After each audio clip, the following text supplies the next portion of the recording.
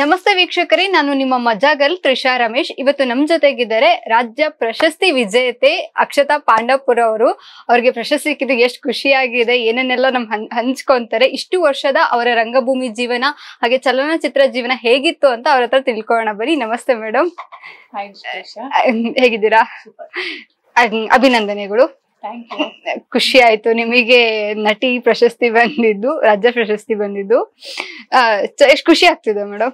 ನಿಮ್ಗೆ ಇಷ್ಟು ಖುಷಿ ಆಗ್ತಿದೆ ಅಂದ್ರೆ ಖುಷಿ ಆಗಲ್ವಾ? ಎಕ್ಸ್ಪ್ರೆಸ್ ಮಾಡಿ ಮಾಡಿ ಮಾಡಿ ಸಾಕಾಗ್ಬಿಟ್ಟಿದೀನಿ.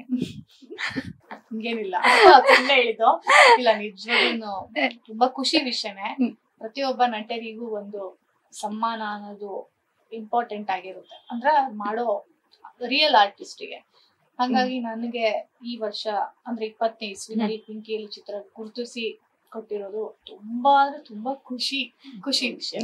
ಮ್ಯಾಮ್, ನೀವು ಎಷ್ಟು ವರ್ಷದಿಂದ ಚಲನಚಿತ್ರ ಈ ಇಂಡಸ್ಟ್ರಿಯಲ್ಲಿ ಸೇವೆ ಸಲ್ಲಿಸ್? 10 ವರ್ಷ ಆಯ್ತು. ಈ ವರ್ಷಕ್ಕೆ ಏನಾದ್ರು ಸೆಲೆಬ್ರೇಟ್ ಮಾಡ್ತೀರಾ, ಪಾರ್ಟಿ ಮಾಡ್ತೀರಾ, ಗಿಫ್ಟ್ ಕೊಡ್ತೀರಾ?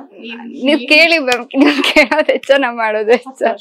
10 ವರ್ಷ 10 ವರ್ಷ ಇಷ್ಟು ಸ್ಟ್ರಗಲ್ ಮಾಡಿದ್ದೀರಾ ಅಲ್ವಾ? ಇವತ್ತು ಈ 10 ವರ್ಷ ಸಾಧನೆಗೆ ಈ ಸಲ ಪ್ರಶಸ್ತಿ ಬಂದಿದೆ. ಯಾಕೆ ಇಷ್ಟು ಲೇಟ್ ಆಯ್ತು ಅಂತ ಅನ್ಸುತ್ತೆ? ನಾನು ಕಮ್ಮಿ ಸಿನಿಮಾಗಳೇ ಮಾಡೋದು. ತುಂಬಾ ಸಿನಿಮಾಗಳು ಮಾಡ್ತಾ ಇದ್ರೆ ಓಕೆ, ಅಂದ್ರೆ ತುಂಬಾ ಕಮ್ಮಿ ಸಿನಿಮಾಗಳೇ ಮಾಡ್ಕೊ ಬಂದಿರೋದು. ಹಂಗಾಗಿ ಏನೋ ಅಂದ್ರೆ ಇಷ್ಟ ಲೇಟ್ ಅಲ್ಲ. ಇದು 20ನೇ ಇಸ್ವಿದಲ್ವಾ, ಹಂಗೆ ಕರೆಕ್ಟ್ ಆಗಿ ಕೊಟ್ಟಿದ್ರೆ 5 ವರ್ಷಕ್ಕೆ ಸಿಕ್ತಿತ್ತೇನೋ. ಆ ವರ್ಷನೇ ಕೊಟ್ರೆ ಇದು ಡಿಲೇ ಮಾಡಿ ಕೊಡ್ತಿರೋದಲ್ವಾ, ಅದಕ್ಕೆ ಹಿಂಗ ಅನಿಸ್ತಿದೆ. ಸರ್, 10 ವರ್ಷ ಸೇವೆ ಸಲ್ಲಿಸಿದ್ರೆ ಹಿಂಗ್ ತಿರುಗ್ ನೋಡಿದ್ರೆ 10 ವರ್ಷದ ಜರ್ನಿ ಹೆಂಗ್ ಅನ್ಸುತ್ತೆ?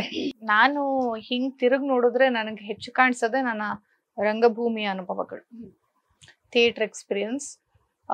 ಮತ್ತೆ 2 ವರ್ಷ ಗುದ್ದಾಡುದ್ವಲ್ಲ ಕೋವಿಡ್ ಅಲ್ಲಿ, ಒಂದು ಹೋರಾಟ ಮಾಡೋದ್ವಲ್ಲ ನಾವೆಲ್ಲ, ಆ ಹೋರಾಟ ಕಾಣಿಸುತ್ತೆ. ಇವೆ ಇನ್ನು ಸ್ಟಿಲ್ ಸ್ಟ್ರಗಲ್. ಮೇಡಮ್, ಈ ರಂಗಭೂಮಿಯಿಂದ ಈ ಚಲನಚಿತ್ರ ಮಾಡ್ಬೇಕು ಅಥವಾ ಆಕ್ಟರ್ ಆಗ್ಬೇಕು ಅಂತ ಯಾಕೆ ಅನ್ನಿಸ್ತು ನಿಮ್ಗೆ? ಆದ್ರೆ ರಂಗಭೂಮಿ ಅಂದ್ರೆ NST ಮುಗಿಸ್ಕೊಂಡ್ ಬಂದು ಅಚಾನಕ್ ಚಾನ್ಸ್ ಸಿಕ್ಕಿದ್ದು ನಂಗೆ. ಪಲ್ಲಾಟ ಫಿಲಿಂ ಚೆನ್ನಾಗಿದೆ, ಕತೆ ಚೆನ್ನಾಗಿದೆ ಅಂತ ಅನ್ಕೊಂಡು ಒಪ್ಕೊಂಡು ಮಾಡಿದ್ದು. ಅದಾದ್ಮೇಲೆ ಫಿಲಿಮು ಚೆನ್ನಾಗಿತ್ತು ಎಲ್ಲ, ಅದಕ್ಕೂ ಒಂದು ಪ್ರಶಸ್ತಿಗಳೆಲ್ಲ ಸಿಕ್ಕ ಮೇಲೆ ಕಂಟೆಂಟ್ ಸಿನಿಮಾಗಳೇ ಯಾಕೆ ಮಾಡ್ಬಾರ್ದು? ಯಾಕಂದ್ರೆ ನಿಜವಾಗ್ಲೂ ಜನ ಕನೆಕ್ಟ್ ಆಗ್ತಾರೆ ಅದಕ್ಕೆ, ಆ ಮನ್ಸಿಂದ ಕನೆಕ್ಟ್ ಆಗ್ತಾರೆ. ನೋಡಿದ್ರು, ನಕ್ಕಿದ್ರು, ಚಪ್ಪಾಳ ತಟ್ಟು, ಥ್ರಿಲ್ ಆಗಿ ಸಿಟಿ ಹೊಡೆದ್ರು ಹೋದ್ರು ಅಂತ ಇರಲ್ಲ. ಅವ್ರೇನೋ ಬೇರೆ ತರ ಕನೆಕ್ಟ್ ಆಗಿರ್ತಾರೆ.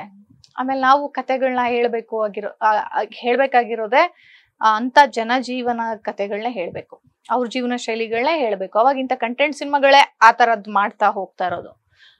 ಹಂಗಿದಾಗ ನಾನು ಕಂಟೆಂಟ್ ಸಿನಿಮಾಗಳು ಚೆನ್ನಾಗಿ ಸಿಕ್ಕಿದ್ರೆ ಯಾಕೆ ಇಂಡಸ್ಟ್ರಿಯಲ್ಲಿ ಮುಂದುವರಿಬಾರ್ದು ಅನ್ಸಿ ಹಿಂಗೆ ಸಾಕ್ತಾ ಇದೀನಿ. ಇವಾಗ ಹೆಂಗ್ ಬ್ಯಾಲೆನ್ಸ್ ಮಾಡ್ತೀರಾ ರಂಗಭೂಮಿ ಮತ್ತೆ ಇಂಡಸ್ಟ್ರಿನ? ಬ್ಯಾಲೆನ್ಸ್ಡ್ ನಡೆಯುತ್ತೆ, ಏನಿಲ್ಲ. ಆಕ್ಚುಲಿ ಸಿನಿಮಾ ಆದ್ರೂ ಏನೋ 1 ವರ್ಷ ಇರುತ್ತೆ, 1 ತಿಂಗಳು 2 ತಿಂಗಳು ಕೆಲಸ ಮಾಡ್ತೀನಿ. ಅಂದ್ರೆ ಥಿಯೇಟರ್ ಯಾವಾಗ್ಲೂ ಆಕ್ಟಿವ್ ಆಗಿರ್ಬೇಕಲ್ವಾ, ಫಸ್ಟ್ ಥಿಯೇಟರ್ ಮಾಡಿಸ್ತಾ ಇರ್ತೀನಿ ಆತರ. ಅಕ್ಷತಾ ಪಾಂಡವಪುರ ಅವರು ಒಬ್ಬ ಅದ್ಭುತ ನಟಿ ಅಂತ ನಮಗೆ ಗೊತ್ತಿದೆ. ಯಾವುದೇ ಪಾತ್ರವನ್ನು ಕೊಟ್ರು ಲೀಲಾ ಜಾಲವಾಗಿ ಆ ಪಾತ್ರಕ್ಕೆ ಜೀವ ತುಂಬ್ತೀರಾ. ಆದ್ರೆ ಕೆಲವೊಂದಿಷ್ಟು ಜನ ನೋಡ್ತಾ ಇರ್ತೀವಿ, ಪೇಮೆಂಟ್ ಇಶ್ಯೂನೋ ಅಥವಾ ಇನ್ನೇನೋ ಇಶ್ಯೂಗೋ ಆ ಪಾತ್ರ ಅವ್ರಿಗೆ ಸೂಟೇ ಆಗಲ್ಲ ಅಥವಾ ಹಂಗಿದ್ರು ಏನೋ ಮಾಡ್ತಾರೆ. ಇದ್ರ ಬಗ್ಗೆ ಇದನ್ನೆಲ್ಲ ನೋಡಿದಾಗ ನಿಮಗೆ ಏನ್ ಅನ್ಸುತ್ತೆ? ನನ್ನ ಹತ್ರ ಯಾವತ್ತೂ ಪೇಮೆಂಟ್ ಇಶ್ಯೂಗಳಾಗಿಲ್ಲ. ಯಾವ ವಿಷಯದಲ್ಲೂ ಆಗಿಲ್ಲ, ನಾಟಕದಲ್ಲೂ ಆಗಿಲ್ಲ, ಸಿನಿಮಾದಲ್ಲೂ ಆಗಿಲ್ಲ. ಅಂದ್ರೆ ಆಗಿದ್ರು ಸ್ವಲ್ಪ ಥಿಯೇಟರ್ ಚೂರು ಪಾರ್ಕ್ ಕಮ್ಮಿ ಆಗಿರುತ್ತೆ. ನಾನು ಸ್ಟ್ರಿಕ್ಟ್ಲಿ ಕತೆ ಎಷ್ಟು ಇಂಪಾರ್ಟೆಂಟೋ ನೀವು ಮಾತಾಡುವಂತ ಹಣನೂ ಕೂಡ ನೀವು ನಂಗೆ ಕೊಡ್ಬೇಕು ಅನ್ನೋದು ತುಂಬಾ ಇಂಪಾರ್ಟೆಂಟ್ ಆಗಿ ಹೋಗ್ತೀವಿ. ಆಮೇಲೆ ನಾವ್ ಹೆಂಗಿರ್ತೀವಿ ಕೆಲವೊಮ್ಮೆ ಹಾಗೂ ನೆಡ್ಸ್ಕೊಳ್ತಾರೆ, ಅದಂತೂ ನಂಗೆ ಸತ್ಯ ಅನ್ಸಿದೆ. ಪೇಮೆಂಟ್ ವಿಷಯದಲ್ಲಿ ನಂಗೇನ್ ಕಿರಿಕಿರಿ ಆಗಿಲ್ಲ, ಟು ಬಿ ಫ್ರಾಂಕ್. ಆಮೇಲೆ ₹1 ಇಲ್ದೆ ಎಂತ ದೊಡ್ಡ ಪ್ರೊಡಕ್ಷನ್ ಆದ್ರೂ ನಾನು ಆಕ್ಟ್ ಮಾಡಲ್ಲ. ಬ್ರೆಡ್ ಅಂಡ್ ಬಟರೇ ಇದು. ಈ ಬ್ರೆಡ್ ಅಂಡ್ ಬಟರ್ಗೆ ನಮ್ ಜೀವನನ ನಾವು ಕಂಡ್ಕೊಬೇಕು, ನಮ್ ಜೀವನನ ನಾವು ಅನ್ಕೊಂಡಂಗ್ ಬದುಕ್ಬೇಕು ಅಂತಾನೆ ಇಷ್ಟು ವರ್ಷ ಸ್ಟ್ರಗಲ್ ಮಾಡಿ ನಾವ್ ಈ ಫೀಲ್ಡ್ ಅಲ್ಲಿ ಇರೋದು. ಮಾಡಿಟ್ಟಿದ್ದಾರೆ, ಆಯ್ತು ಏನೋ ಒಂದು ಪಾಪ್ಯುಲರ್ ಆಗೋಣ, ನೇಮ್ ತಗೊಳ್ಳೋಣ ಅಂತ ಬಂದಿಲ್ಲ. ಇದರಿಂದ ನಾವು ಜೀವನನೂ ಕಟ್ಕೊಬೇಕು, ಮುಂದಿನ ಜೀವನನೂ ಉಳಿಸ್ಕೋಬೇಕು. ಹಂಗಾಗಿರೋದ್ರಿಂದ ನಂಗೆ ಆ ಥರದ್ದೇನು ಇಶ್ಯೂಸ್ ಆಗಿಲ್ಲ. ಬಟ್ ಕೇಳ್ಪಟ್ಟಿದ್ದೀನಿ ತುಂಬಾ ಇಶ್ಯೂಸ್ ಇದೆ ಅಂತ, ಆದ್ರೆ ನನ್ ಅನುಭವ ಆಗದೆ ಮಾತಾಡಕ್ಕಾಗಲ್ಲ. ಮೇಡಮ್, ಒಂದು 10 ವರ್ಷದ ಹಿಂದೆ ಈ ನಾಟಕಗಳು ನಡೀತಾ ಇತ್ತು, ರಂಗ ಮಂದಿರ ಅನ್ನೋದು ಯಾವಾಗ್ಲೂ ತುಂಬಿರ್ತಿತ್ತು, ಪ್ರೇಕ್ಷಕರ ಚಪ್ಪಾಳೆ ಕೇಳಿಸ್ತಾ ಇತ್ತು.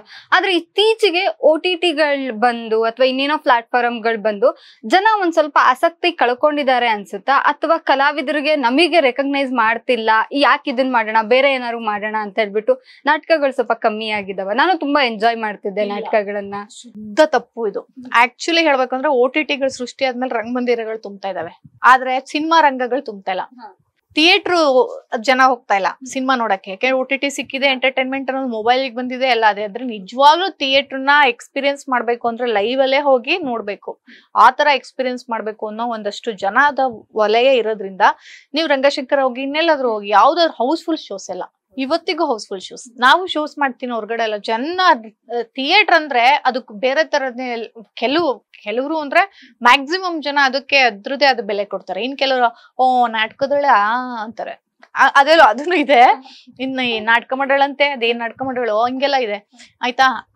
ರಂಗಮಂದಿರಗಳು ತುಂಬ್ತಾ ಇದೆ, ನಾಟಕಗಳ ಸಂಖ್ಯೆ ಹೆಚ್ಚಾಗ್ತಿದೆ, ಗ್ರೂಪ್ಗಳು ಜಾಸ್ತಿ ಆಗ್ತಿದೆ, ಆದ್ರೆ ಸಿನಿಮಾ ಮಂದಿರಗಳು ಕಮ್ಮಿ ಆಗ್ತಿದೆ. ಇಲ್ಲ ನನ್ಗೆ ಅನ್ನ ಕೊಡ್ತು ಅನ್ನೋ ದೃಷ್ಟಿಯಿಂದ ಮಾತಾಡೋದ್ಕಿಂತ ಹೆಚ್ಚಾಗಿ ನಾನು ಈ ತರ ಸಿನಿಮಾಗಳು ನೋಡ್ಕೊಂಡೆ ಬೆಳೆದಿದ್ದು.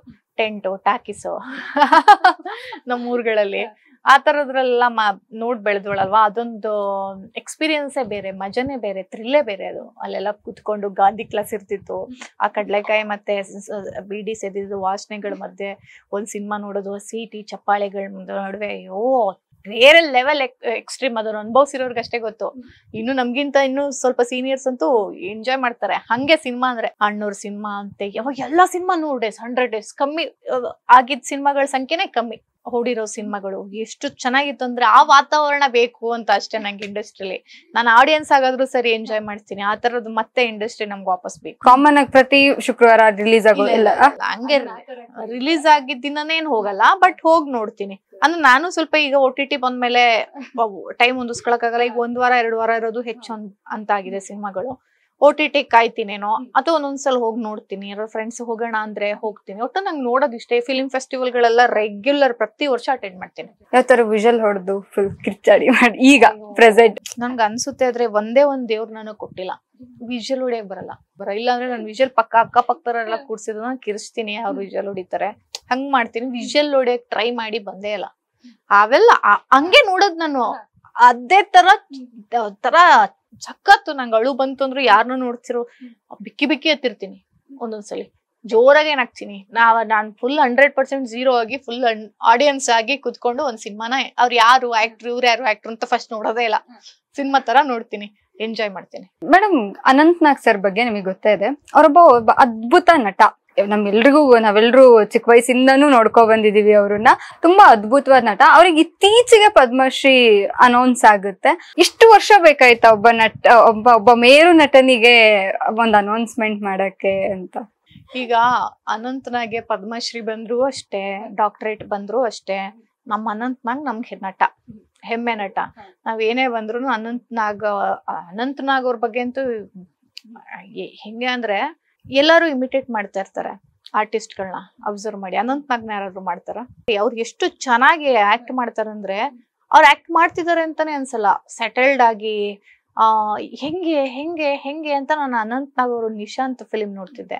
ನಿಶಾಂತ್ ಫಿಲಿಂ ಅಲ್ಲಂತೂ ಹಿಂಗ್ ಬಂದ್ ಒಂದು ಮ್ಯಾನರಿಸಮ್ ಇರುತ್ತಲ್ಲ, ಅದೆಲ್ಲ ಆಕ್ಟ್ ಮಾಡ್ಬಿಡ್ತಾರೆ. ಬೇರೆ ಯಾರಾದ್ರೂ ಆಕ್ಟ್ ಮಾಡೋದು ವಾಯ್ಸಲ್ಲಿ ಏನೋ ಮಜಾ ಮಾಡ್ಬಿಡ್ತೀನಿ ಅಂತ ಅಲ್ಲ, ಅವ್ರು ಹೇಗಿರುತ್ತೆ ಹಾಗೆ ಯಥಾವತ್ತಾಗಿ ಸೆಟಲ್ಡ್ ಆಗಿ ಆಕ್ಟ್ ಮಾಡ್ತಾರೆ.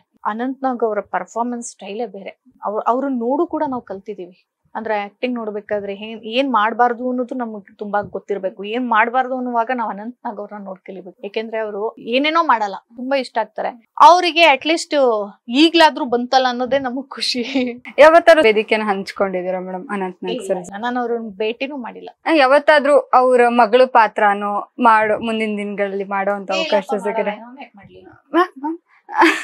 ಮತ್ ಏನ್ ಕೇಳ್ತಿದೀಯ ತ್ರಿಷಾ, ಅಂತ ಪಾತ್ರಗಳು ಸಿಕ್ಕಿದ್ರೆ ಯಾರ್ ಮಾಡಲ್ಲ? ಅದು ಅವ್ರ ಜೊತೆ ಮಾಡೋದು ಅಂದ್ರೆ ನಾವ್ ಇನ್ನೂ ಒಂದೇನೋ ಕಲ್ತಿರ್ತೀವಿ, ಅದು ಕಲಿಕೆ ಅಲ್ವಾ. ಅವ್ರ ಜೊತೆ ಮಾಡೋದೇ ಒಂದ್ ಸಿಲಬಸ್ ನಮ್ಗೆ.